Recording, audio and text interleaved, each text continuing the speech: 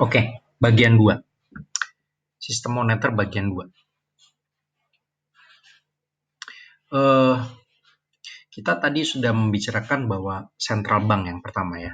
Central bank bisa memainkan jumlah uang beredar dengan tentu saja dengan mencetak uang dan memainkan yang namanya open market operation, operasi pasar terbuka, itu seperti open market operations. Nah, dan dia central bank ini mengatur perbankan. Nah, kita bicara tentang perbankannya. Perbankan atau bank-bank umum, bukan central bank, bank-bank umum ya. Bank itu juga melakukan peran di dalam jumlah beredarnya uang. Jadi kalau dalam suatu negara itu jumlah uang beredar misalnya $1.000 dalam bentuknya $1.000 bentuknya dolar ya, dalam bentuk currency semua, mata uang semua. Berarti sudah jelas bahwa jumlah uang beredar yang berada di dalam suatu negara dalam perekonomian tersebut ada $1.000. Kalau bank sentral hanya bank sentral, maka $1.000 itu gampang dikontrolnya. Tetapi ada perbankan, ada bank-bank, dan bank-bank ini menambah komplikasi bagi bank sentral dalam mengatur keuangannya. Kenapa?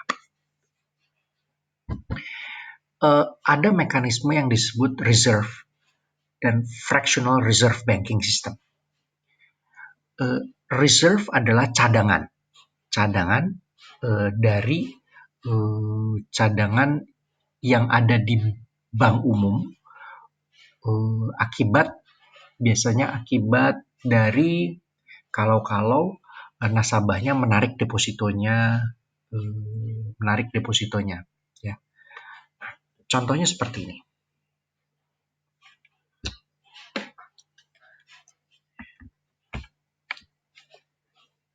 Ada suatu perbankan ya. Misalnya ada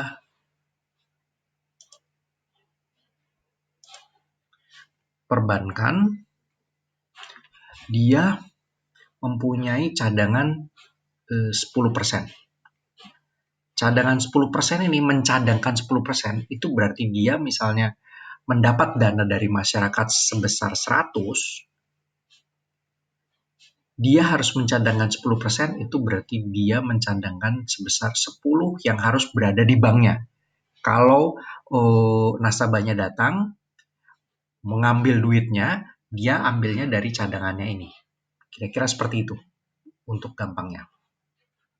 Ya. Jadi reserve ratio, rasio cadangannya adalah 10%. Jumlah cadangannya sama uang aslinya. 0,1 atau 10%. Ya. Nah, bagaimana bank bisa menciptakan uang dengan hal seperti ini?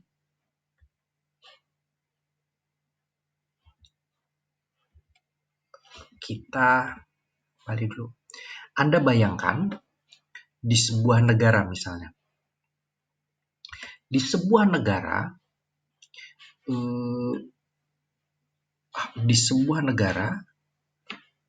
sebentar.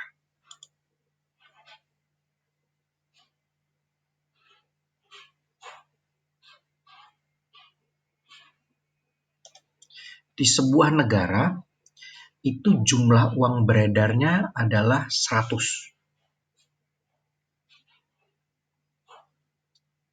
$100 misalnya, $100 jumlah uang beredar keseluruhannya. Berarti di dalam negara tersebut JUB-nya, jumlah uang beredarnya adalah $100.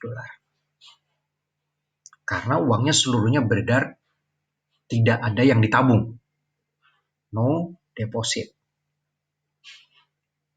Nah, kalau sekarang misalnya ada peraturan suatu bank harus mencadangkan 10%. Berarti dia harus mencadangkan $10. setiap uang yang dimasukkan. $100 ini dimasukkan ke bank, maka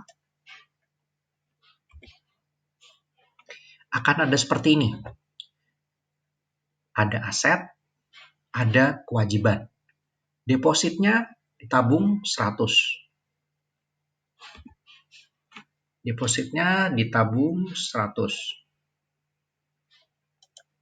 Anda harus ingat, kalau 100 di sini adalah kewajiban ya, karena harus dibalikan kepada ini.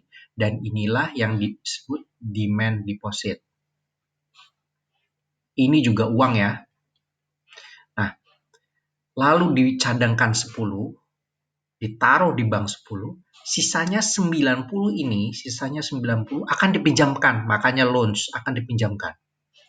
Berarti, dengan kata lain, jumlah uangnya sudah bukan 100 lagi, tapi 100 dari demand deposit ditambah 90 dari 90 dari yang dipinjamkan. 190. Padahal ini cuma dari 100 ini ya, 100 uang yang masuk yang ke dalam sini. Tapi sudah dapat 190. Dan seterusnya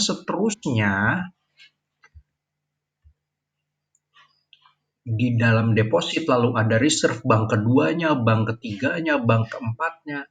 Maka akan terjadi yang namanya money multiplier. Artinya bahwa uang itu berlipat berkali-kali. Multiply. Berlipat berkali-kali. Dia multiply. Sehingga $100 yang tadi, $1.000 yang tadi itu bisa jumlahnya berlipat-lipat ketika ada perbankan. Nah, dengan reserve ratio-nya begitu.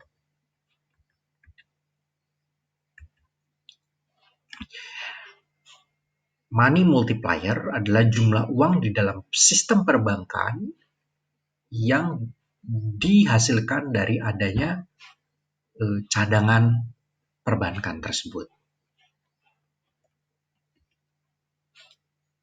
Nah, inilah yang pertama 100, 10, lalu 90-nya masuk ke bank yang kedua,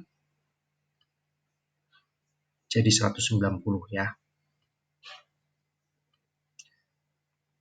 Ini bank pertama, bank kedua, bank ketiga, bank keempat. Sehingga dari $100 ini yang terjadi karena perkalian perbankan multiply terus, sehingga yang terjadi adalah $1.000 uang yang tercipta dari hanya $100.